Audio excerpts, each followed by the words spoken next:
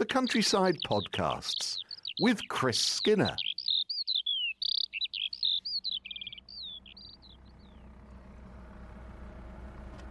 High Ash Farm. So we're in the pickup. Chris is just driving us along on a very sunny day alongside one of the fields. And should we get out? Yes, right here.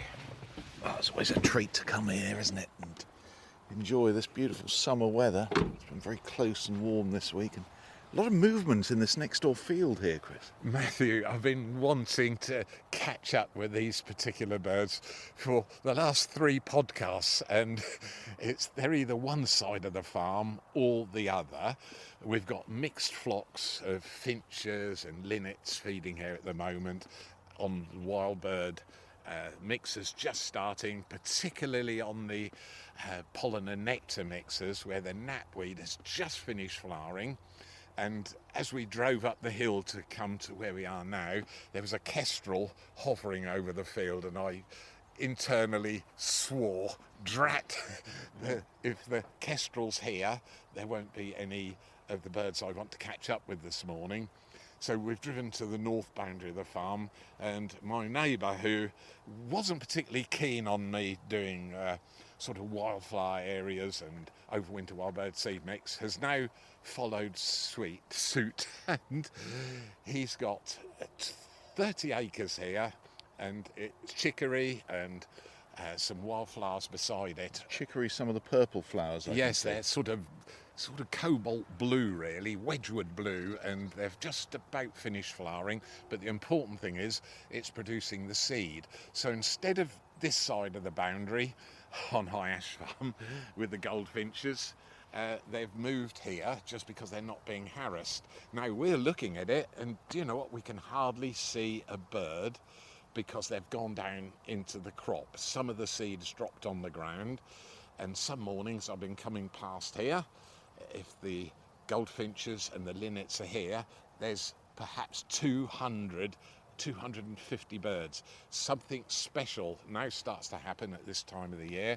The birds have finished breeding, and all the family groups start feeding individually, particularly with the goldfinches, who have perhaps half a dozen birds. They'll join up with another family, and flocks, coming towards us, circling round. Now that's a flock that's just arriving, and they'll perhaps join the ones that we can't see. Isn't it funny? We're talking about birds that are down in the crop, and those 7 or 8 birds have just disappeared now, haven't they? They've just gone down. They'll be joining the rest of the flock, which we can't see. Do you think those are linnets? Yes, they're linnets. The way they're flying, I think a majority of them are linnets, and that's a fantastic farmland species that's declined hugely over the last 30, 40 years just because of the loss of habitat. Hedgerows, particularly in Norfolk, were grubbed out in the 1970s. Many have been replanted. We're standing by a row of trees here which are only about 10 years old now. These are ones I planted, and it's just putting the habitat back, providing the food, because modern combines combine the crops really early, particularly crops like oilseed rape. Hardly gives a chance for the birds to nest in the crop before it's harvested. Winter barleys are getting earlier. In fact, this is one of the earliest harvests, I think, grain harvests that we'll have had in the UK for years and years and years. Actually, everything has come early this year, isn't it? Wildlife as well as the cultivated crops. So this is a hugely important time for these birds that we're seeing. What we got there, a dozen now coming in, swooping down, coming into the trees near us, and they're all up in that, setting up into the top of one of the trees I planted as this kind of a lookout point. But believe it or not, in here there's perhaps 250 birds feeding, and they feel quite safe. They're down in the crop, so as long as they stay down there, feeding on the ground. We've had some winds, and this hot weather is knocking the seed off onto the ground, so they've got kind of manna from heaven. There's some just going down into the crop to join the flock that we couldn't see. And I can see the odd one on the stem out there, and you can just see them filtering in. Here goes some more, look. Now, if we watch where they go, they fly over the top, and then suddenly disappear. Look at that. Because these plants are probably 4 or 5 feet tall at Yes, least, aren't they are. It's a brilliant cover crop, and more coming in all the time. They've got a lighter underside, so as they turn in the sun, you get a silvery they're really impression. Don't you? beautiful little birds. One's dropped in right close and just become. It looks as though we're talking about nothing because they just disappear. But really important time of year. You get these large flocks feeding. So if they find a particular suitable area, others will join them. They're looking round at different food sources, and if they find one they like and it's safe, they've got these trees to perch up into if they do get alarmed, or they spend a lot of time preening, and having water in the area is also important. We've got a little pond at the top here which has still got water in it, and that's a lovely place to just watch them coming in and having a drink. But there's still a lot of moisture in those seeds on the plant, and even the ones that are dropped on the ground, they get moisture from the ground, and the birds will also pick up grit there, and that helps to grind up these seeds from the chicory or from the hardheads, the knapweed on the field behind us. Either of those is sort of manna from heaven for them, and we're just looking at the field and there's nothing there. But if I had a bird scaring banger or a gun and fired it off, then you'd see the whole flock come up and go into the top of one of the trees near us. Look, there we are. There they are. Look at that. There you are. Look. What have we got there?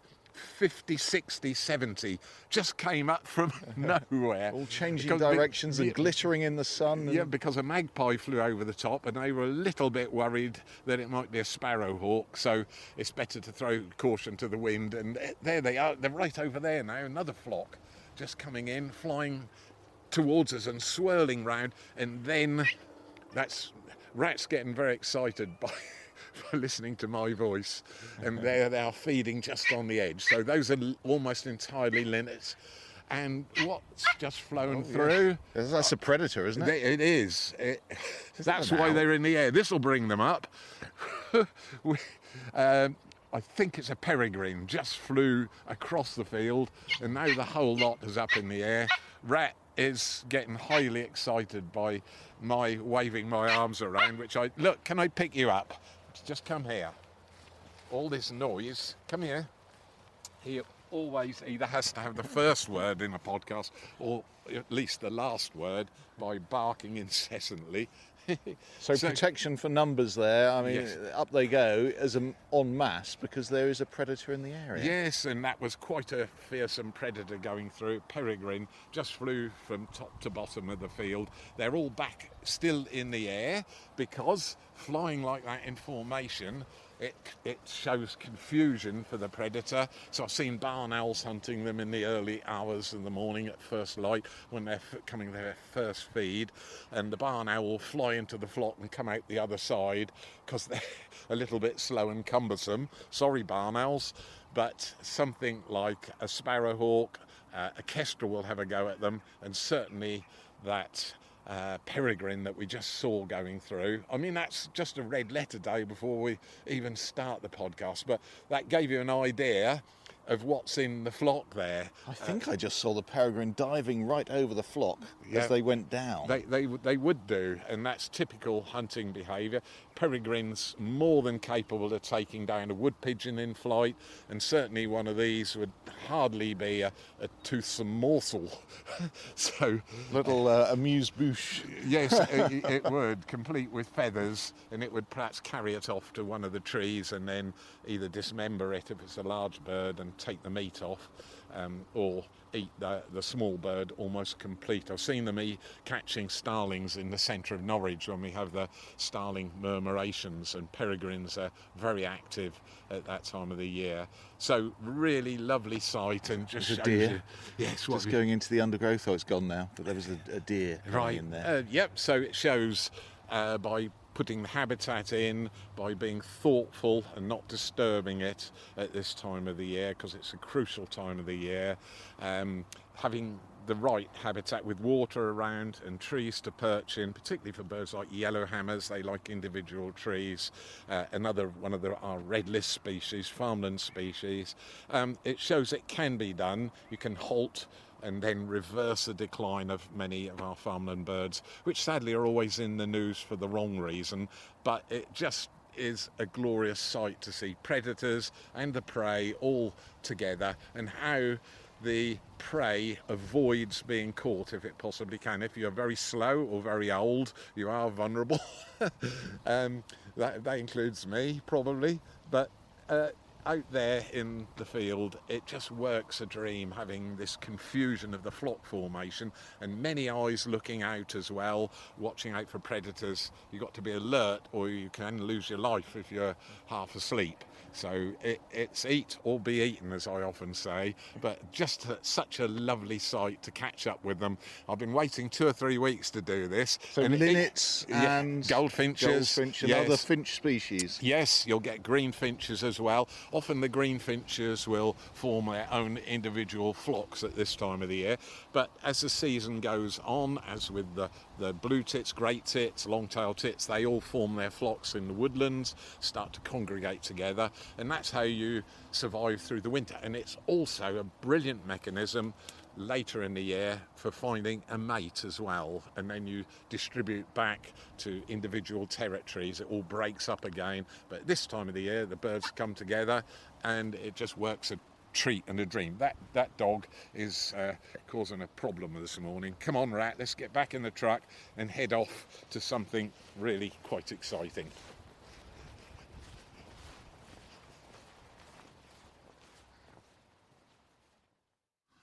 Back in the pickup now, in the shade. It's lovely in here.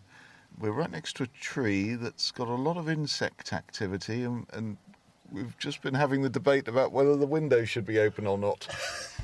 Matthew, it's your annual treat at Hive Farm, and Rat's wanting, he's outside the truck, and I think he's decided to come in the truck and join us.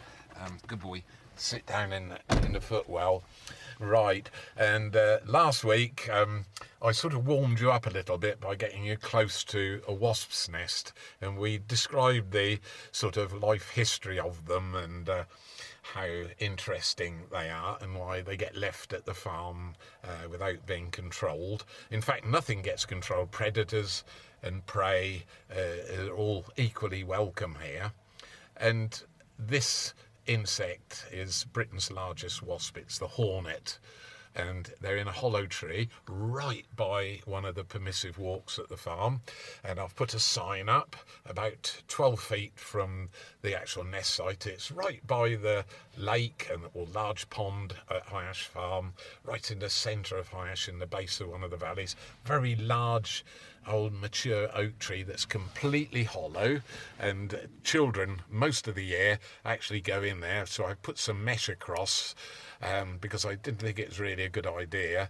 although hornets are rather different to wasps. They're much more mild-mannered. They don't attack for the sake of it, but they're fascinating insects and rather different to wasps, although they look identical.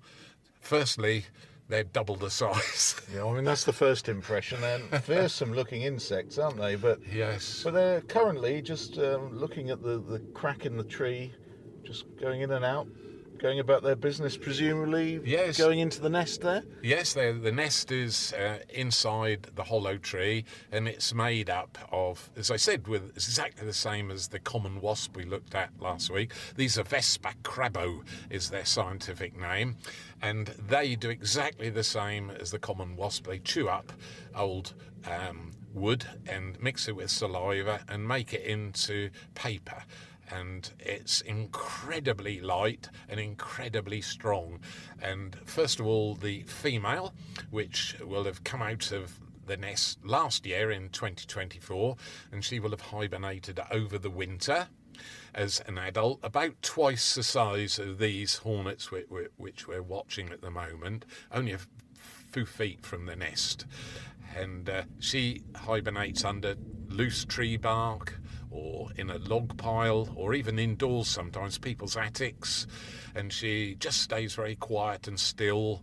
She would have fed up on some nectar last autumn, and also on some insect matter as well. She can chew it up and feed, but she then starts a nest off. She will have been fertilised last autumn, and males really play no part, and it's the same with bees and the same with the common wasp we looked at. And it's interesting in our modern world that the males have very little to do with the existence. The whole colony is run by the queen hornet, by the queen bee, by the queen wasp.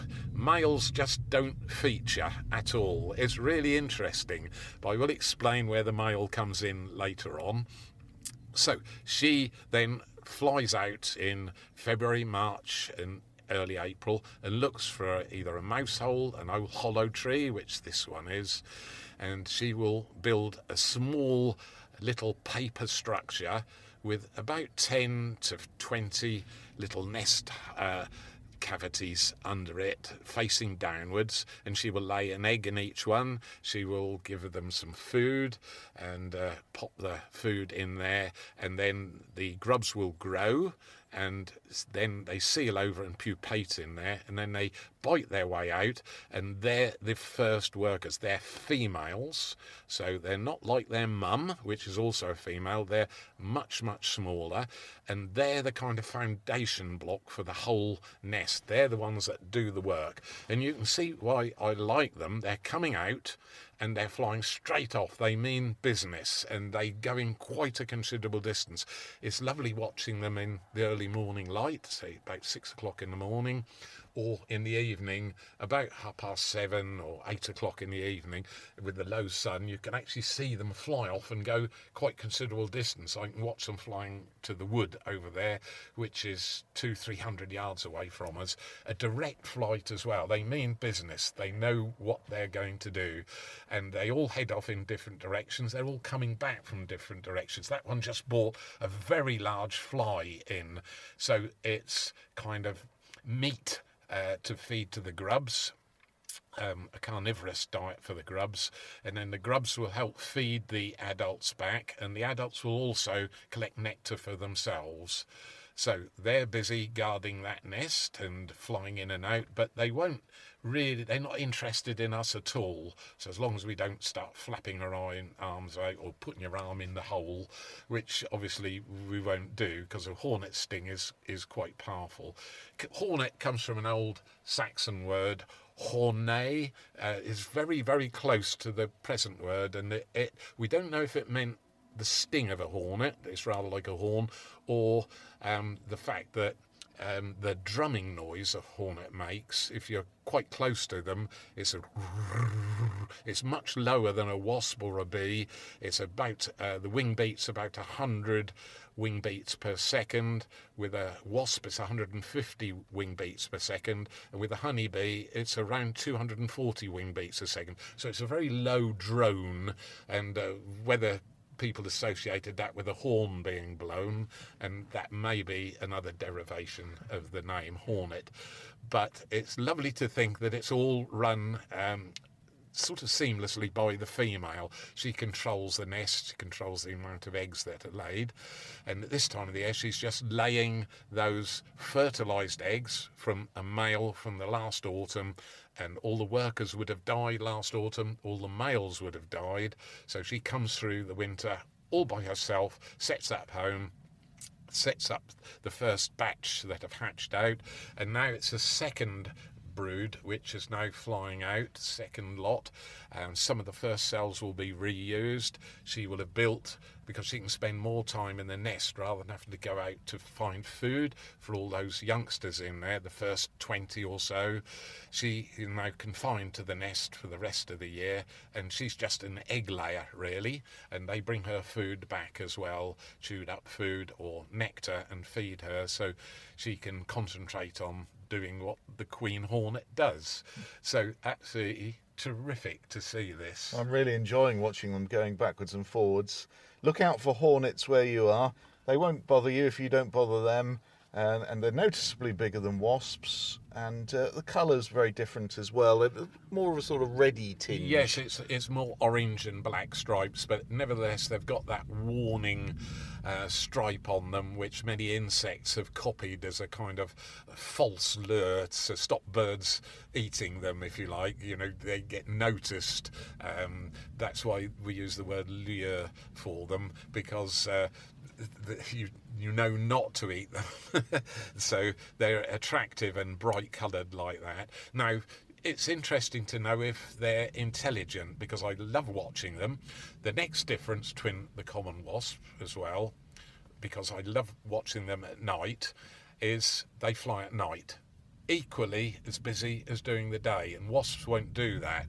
So a lot of people that trap moths and have a very bright light in the end of their garden, or you can put a moth trap in some woodland to get all the different species, you will at this time of the year come face to face with a hornet in there, and they can be a bit it can be a bit disconcerting, because when you open your moth trap up, there's nothing left but the wings of the moths, and the hornets will have eaten your catch of the night and then taken the bodies back. So hornets can actually kill butterflies. They snip the wings off and the antennae and the head quite often, and bring the body back, the thorax and the abdomen of the butterfly, underneath their body, clasped with their feet, and it looks rather like they're coming back with a torpedo. But most of the food they're bringing back is in the form of flies, or sometimes vegetable matter as well. So you can actually see some of the big loads that they're bringing back. But I love watching them in the farm orchard. We've got a huge crop of Victoria plums this year. And last year I put a camera up on one of the plums expecting to catch a badger. And a hornet arrived, and it looked as though it was drilling a hole in the plum, in the sort of juicy mass of the plum. And it was 2 or 3 videos later that the hornet wasn't there, but several flies had gone into the hole in the nice juicy sugary mess that was inside my Victoria plum on the ground, just beginning to ferment. And then one of the videos showed the hornet coming in, killing the first fly, killing 2 more, leaving them there and flying off with the first fly. So it kind of, it makes you wonder whether they're actually intelligent in a different way to what we expect. Well, that's sophisticated behaviour, isn't it? It was. Laying a trap. Yep. And then I was maybe really leaving amazed. some behind. Yes, and there's an elderly couple lived in the bottom of the village, and they called me, said, "Chris, we've got a hornet's nest at the edge of our porch. Could you come and deal with it, please?" I went down, and it was just going in under the little porch roof, and I said, "Well, are they causing you a problem?" They said, "No, but we know hornets can sting," and we're both sort of getting on in years, where they said with a smile. So I said, "Well, just live with it a week and see how you get on." So each afternoon they sat in their porch on their deck chairs and watched the hornets. So when I went back a week later, they said, "No, can you leave them? We absolutely love watching them." Do you know what? They didn't have a hornet indoors. They just sat and watched, and then they saw at the end of the season the queens leaving. And this is where the males come in.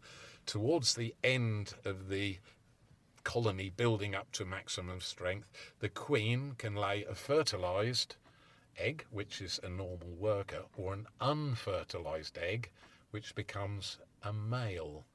Really interesting. And some of the female worker hornets can also, obviously they haven't been fertilised at all, they can lay these unfertilised eggs, and that produces male hornets which are chromosomally deficient. You can't make this up, can you? It's amazing. And they're the ones that can mate with those virgin queens right at the end of the season, just before the nest loses its sort of hierarchy of that female. She will have lost her power over the nest, and then it's kind of free for all. Hornets then roam, rather like our common wasps, and just feed on anything sugary and nectary. So you can see there's a food differences there. And a different nest site every year? Yes, although they did nest in this particular hollow tree, it's ideal for them, about 2 years ago, and I've got the sign there explaining what you're looking at and why they're being left and how valuable they are. They're brilliant pollinators and brilliant at pest control. They're going in and out, and of course, you know, everybody reaches for the local pest controller, or sending in the military even overhead, and so they're really, really welcome. It's all part of biodiversity, and that's what our goal is here at High Ash Farm. That's why I got a huge smile on my face. Got you close to hornets. You're sitting 5 feet away with the car window open. Perfect. Well done, Matthew. You've tolerated the intolerable.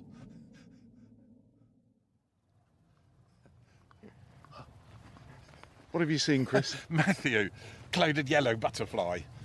Wow. We're only 20 or so yards from the hornet's nest here, but I just walked into this wildflower strip. It's in full flower. There's cornflowers, corn marigold, and it's the warm weather that we've had and the southerly winds coming up from the near continent has brought one of our migrant species.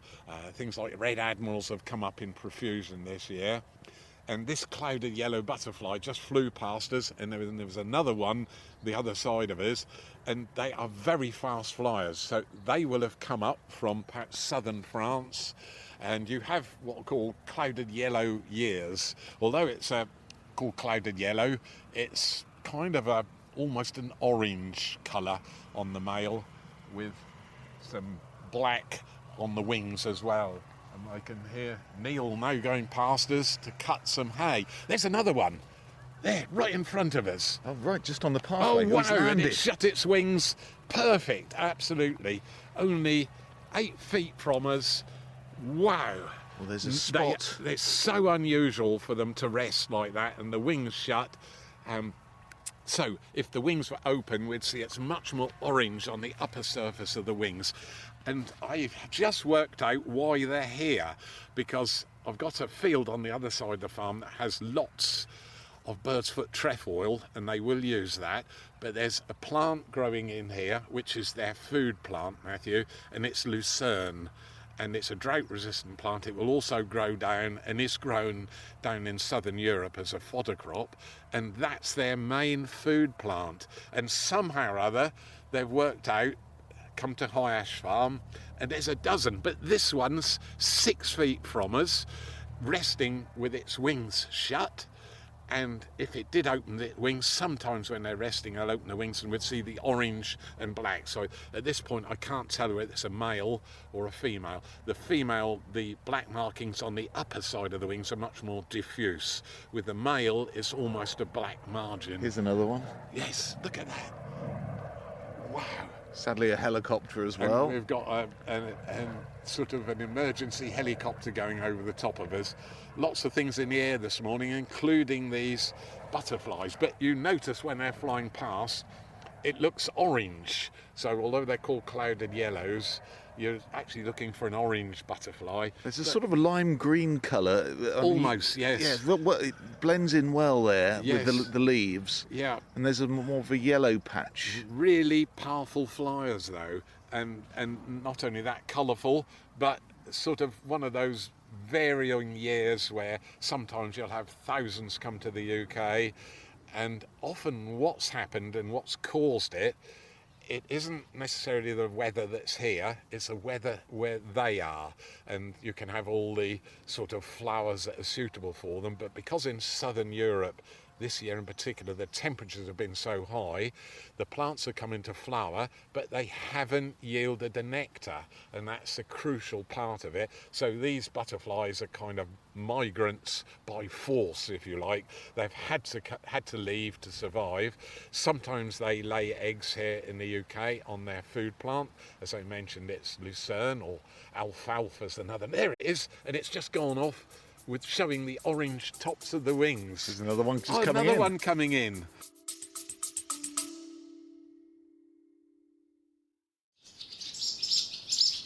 Swallows flying into one of the large barns at High Ash Farm, feeding their young.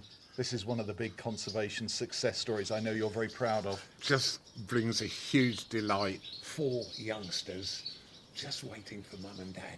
The podcast aims to bring you sights and sounds like this every week, and we're very thankful of your support. So any donations or subscriptions are very welcome indeed. All we need is a little bit of extra help. It just keeps it going from week to week. Monthly or one-off subscriptions, whatever the size, and the website highashfarm.com/podcast.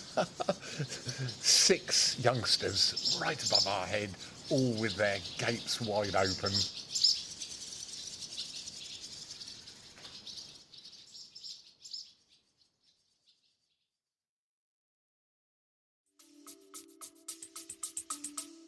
Wow, and one over there as well in the distance. They don't just lazily flutter, do they? They really go No, for it. they go. It's past running speed. Look at that, and it's going through this track that I've mown. So this little area is open to the public, and it's a real treat when you can see things like that just resting in front of us.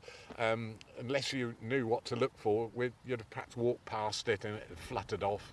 But it's a result of that butterfly flying well over 1,000 miles from southern Europe to come here, and that's a surprising thing, how powerful an insect can cover that distance, and how great nature is. And it just shows at this time of the year lots of things are on the move. They'll stay here. They probably will lay eggs on the lucerne. Excuse me, that's those taller plants in the background there with the purple flowers. That's their food plant. Some years in the past we've seen painted lady butterflies. Yes, we have. They've been on the teasels, which are now finished flowering, and we've now got lots and lots of pollen and nectar coming into flower with masses of sunflower in there. There's over 100 acres about to come into flower, and I'll cut a walk through the sunflowers, and that's a brilliant place to catch up with painted ladies. They love the pollen and nectar. Just look at this little cornflower here.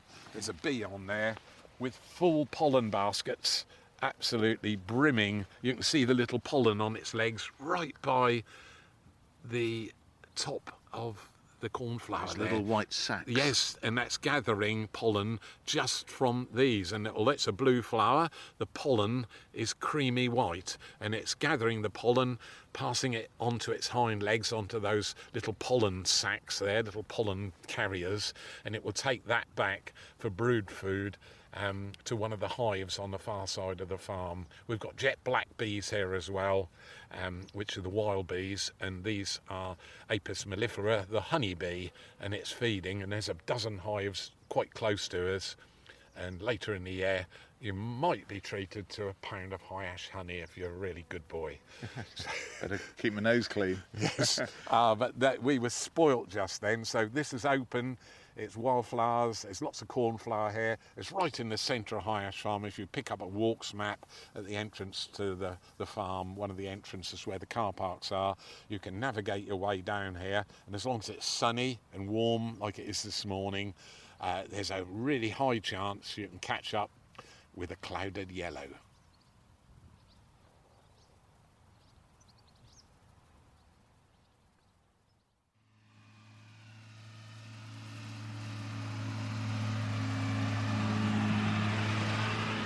We've got some mowing going on, Chris. Matthew, this is the very first of the pollen and nectar to be mown at High Ash Farm.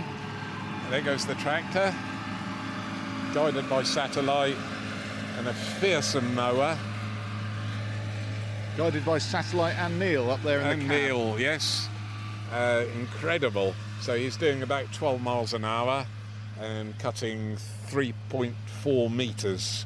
So over 10 feet wide at great speed. And this field has finished flowering. We can go and have a quick look. There's that lovely smell of fresh mown hay. And so almost completely finished flowering. So it's mainly brown, but there's a lot of grass in the base of it where the yellow rattle hasn't predated the grass. And this has got sainfoin in it here. Lots of quite edible plants. There's lucerne in it as well. And so it's going to be a really valuable fodder crop for the horses on the farm, just because we haven't really produced any hay whatsoever. The neighbouring field over there is sort of straw brown, and that's grass as well. And that's lack of rain. And this is our hay crop, and you can see it's about 6 inches tall, and it's just not produced any grass. It's still so dry in the eastern counties, and we're having these continuous high temperatures. I think we're just in the 4th high heat level of the year, with an average of 25 to 30 degrees Celsius, and that's really taking its toll on grass production at the farm, which we use all the grass. There's a lovely lot of different flowers in it, lots of sandfoin, only about 12 inches tall, just coming into flower. That will be mown in about 2 weeks' time. Fingers crossed it has some more rain on it. Often you'll fill the barn, won't you? Yes. Not this year, though? No, it's less than 20% full at this time of the year, and it should be brimming out of the door full of high-density Heston bales, the big ones, 8 foot long, 3 foot by 3 foot on the end, and massive. They weigh about half a tonne each. And this is one of the smaller pollen and nectar fields. It's only about 4 acres, so Neil's now coming round, and we'll mow all day and then turn it all tomorrow and start the process off of getting it dry enough to put in a bale. They do say that old motto, well, that's all modern farming, modern machinery. The old motto about making hay still holds true today as it ever did. Make hay while the sun shines. Well, it is a lovely day. The sun is beating down. It's not quite as ridiculously hot as it's been recently. And there goes Neil in that big blue tractor. Yes, yeah, 200 horsepower plus going along there, and just doing a really neat job, cutting it really short as you'd cut your lawn. Just going to turn the corner and then come round past us. So I think we've got a question or two to answer as well. Got some of your emails. Thanks for sending them in as always. Here's one from Julian and Nikki in Halesworth. Lovely day. Started off with a pack-up breakfast to seeing hares running around, water deer and a vole for mammals. Flocks of linnets, swallows and goldfinches, green woodpeckers, butterflies, the common blue, the small white. We also looked out for and saw hundreds of your 6-spot bonnet cocoons. A perfect day. So Julian and Nikki, they've been here. Oh, thank you very much for that. Yes, it's surprising if you get a nice early start and walk round on sunny summer days, then it's amazing what you can actually see. And there's an image they've sent as well. Yes. What's that photograph? Look at that. It's one of their farm's little owls. There's the eyes. That was an extra bonus, and it's one of the youngsters here at the farm. We've had a really successful year for the little owls to breed, so you can tell it's a youngster because it's got still some of the down on the top of its head, and it looks good, so it's got rather surprised white eyebrows. Brilliant picture. And he's glaring as only little owls can do. Yes, with those yellow eyes. Picture of a bird here from Chris, and it's a lovely close-up image of a young swallow. Chris says, thought you might like to see this photo of a swallow fledgling. I took it early one morning. I was amazed how close it allowed me to get to. Early morning, the day's sun about 90 minutes old. It was facing a thicket of brambles and creeping thistle, watching his parents, very busy flying over it. Lots and lots of flies around from a dead sheep about 25 metres away. My goodness, that is a real close-up. It's perfect, isn't it? And you can tell it's a youngster. A, it hasn't got the long tail streamers, and B, it's slightly orange under the bill there as well. So, perfect shot of a youngster. That's a red letter day, that one. How are your swallows? Oh, it's a bumper year for them. This warm weather has suited them right down to the ground, and absolutely perfect. So at this point we've reared well over 100 young swallows here at the farm. So yeah, fantastic year. Any questions? chris@highashfarm.com is the email address, and do visit the High-Ash Facebook site as well. Lots of images and videos of what goes on here, what we talk about most weeks. And there's a chance as well to donate to keep the podcast going, just helps with the running costs. You can find out more highashfarm.com/podcast. podcast. Yes, and thank you very much for those who have donated. It helps so much. High Ash Farm Facebook for this weekend. We hope to have some starlings and some jackdaws having a bath. And I tell you what, I'm going to have to call that dog back, or he's going to go through the hay mower. Here, right. He's determined to get in the way. Right. He's very nonchalant. Yes, he can sense a lot of activity under the swath of the mower. There we are. While we've been here, Neil has cut about 1.5 acres. That's some lawnmower, Matthew. Can you send him along to mine? Yeah, when he's finished, maybe.